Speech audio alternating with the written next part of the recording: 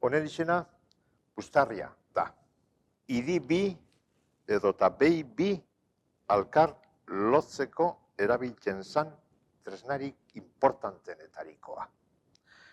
Pago egurrez egina, normalean.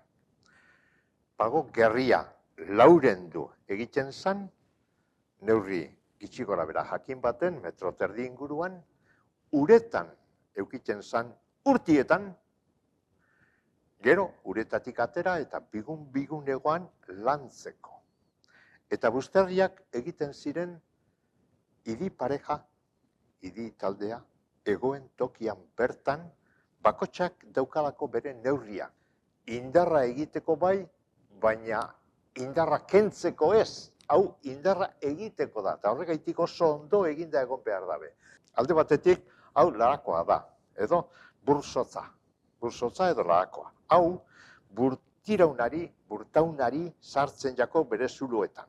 Zulo bi ditu puntan, burtageak edo portirunak, ezta?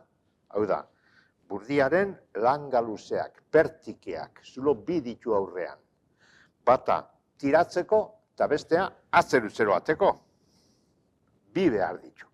Orduan, bata Buztarrian egoten da, hau kasualidadez, agin egurrezkoa da, oso gogorrak izan behar dauta, eta beste alderdi batetik hemen daukagu burtedea. Zer da burtedea? Burtedea da, burteguna sartzeko zuloa. Hemetik dator pertikea, burtauna sartzen da hemetik, eta hemengo zuloan sartzen jako larakoa, bursotza. Eta atzetik beste larako bat sartzen jako atzerutzero ateko burdia.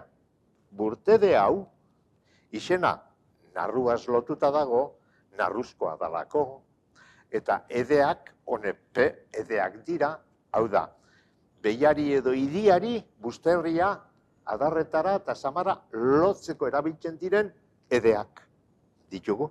Lehenagokoek erabili beharrean, narruzkoa egin beharrean, egiten eben normalean pago egurrezkoa.